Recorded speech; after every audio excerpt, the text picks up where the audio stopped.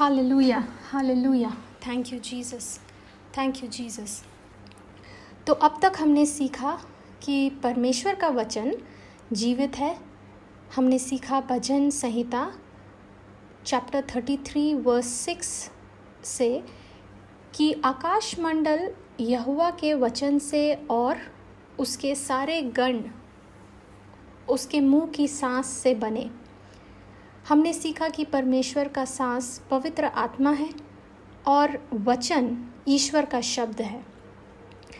हमने यह भी सीखा कि ब्रह्मांड की शक्ति परमेश्वर के वचन और परमेश्वर की आत्मा द्वारा नियंत्रित की जाती है। तो पूरे ब्रह्मांड को रचने वाली शक्ति ईश्वर का वचन है और उसकी आत्मा है। ये दोनों हमेशा एक साथ काम करते हैं और इसे हमें हमेशा याद रखना ज़रूरी है। हालेलुया।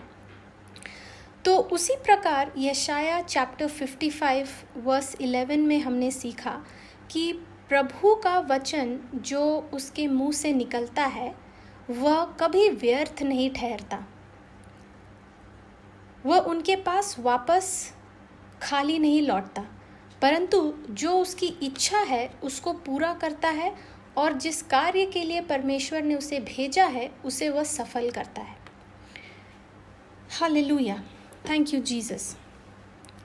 फिर से हमने इब्रानियों चैप्टर 4 वर्स 12 में सीखा कि परमेश्वर का वचन जीवित है, प्रबल है और हर एक दो धारी तलवार से भी बहुत तेज है और जीव और आत्मा को और गांठ गांठ और गुदे गुदे को अलग करके वार पार छेदता है और मन की भावनाओं और विचारों को जांचता है।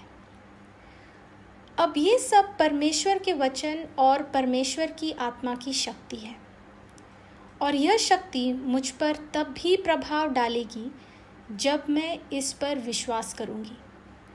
तो जैसे थिस्सलुनीकियों चैप्टर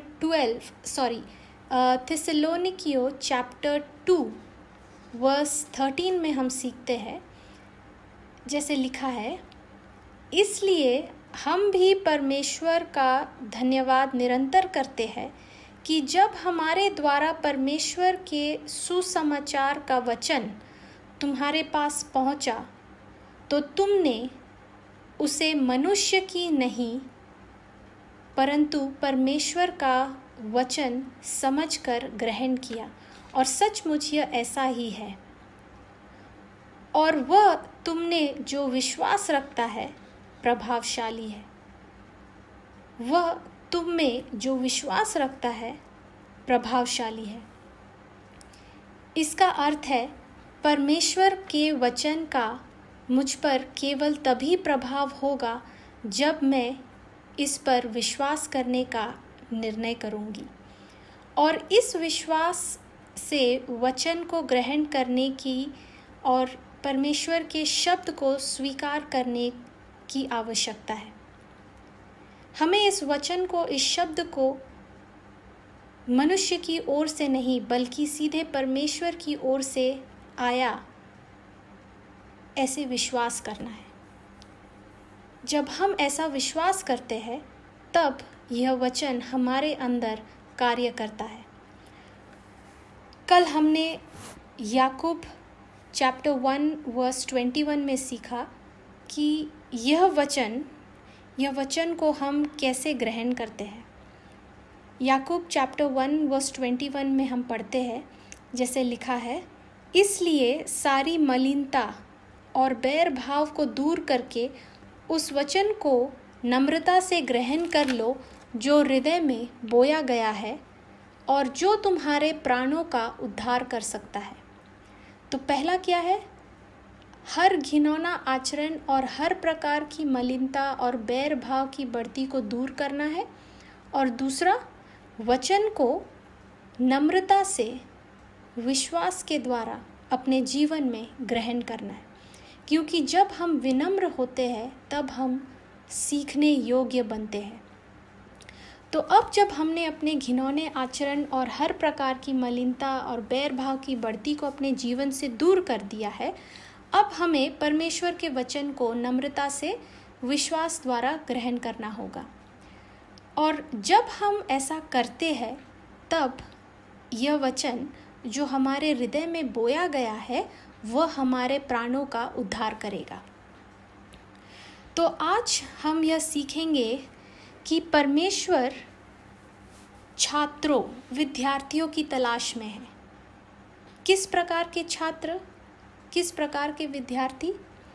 ऐसे छात्र, ऐसे विद्यार्थी जो उनसे सीखने में रुचि रखते हैं।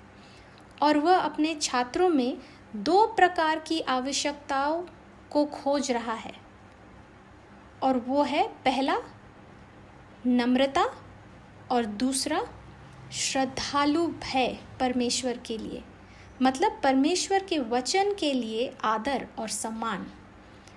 भजन संहिता चैप्टर 25 वर्स 8 और 9 और 12 और 14 में हम यह पढ़ते हैं,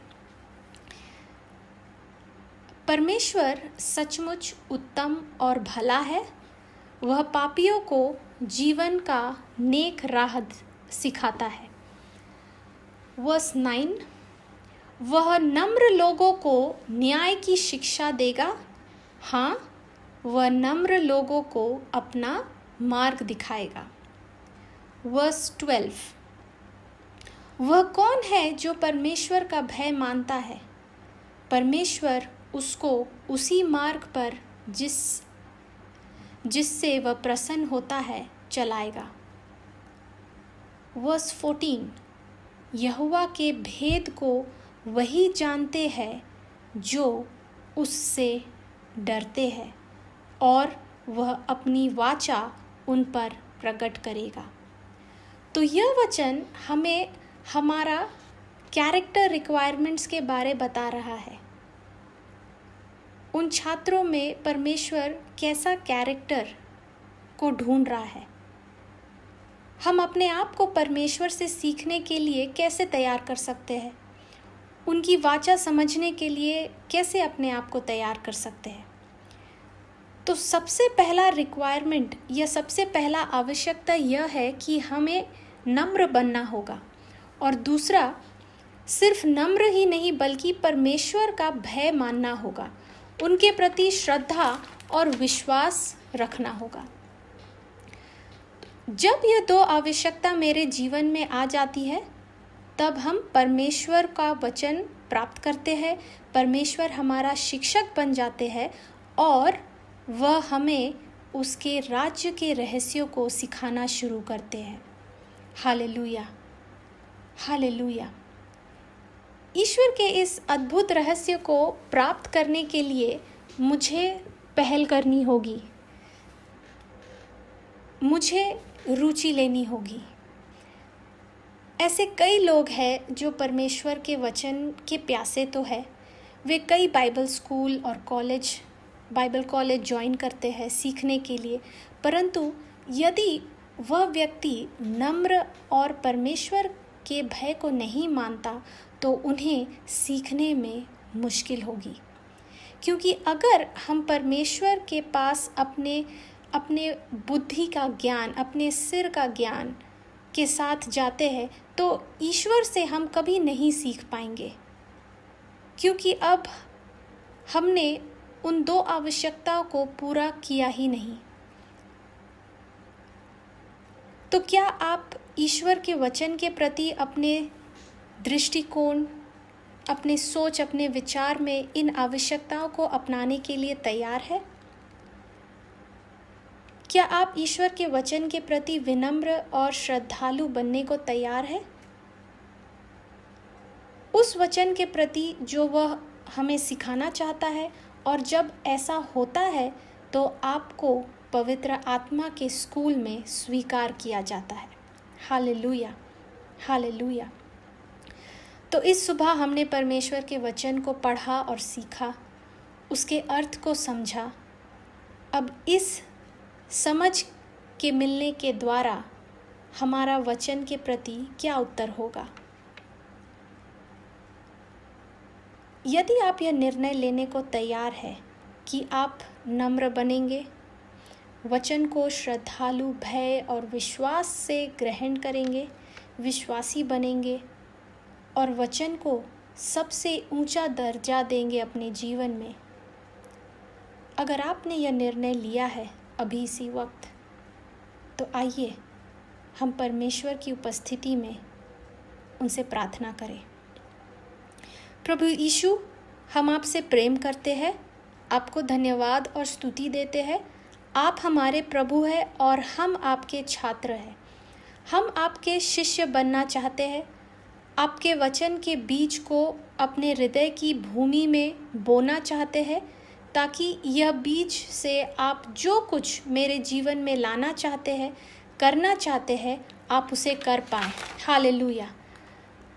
हम आपके सामने विश्वास और श्रद्धालु भय के साथ अपने सर को झुकाते हैं, आपके जीवित वचन को अपने हृदय और आत्मा की गहराइयों में उतारते हैं।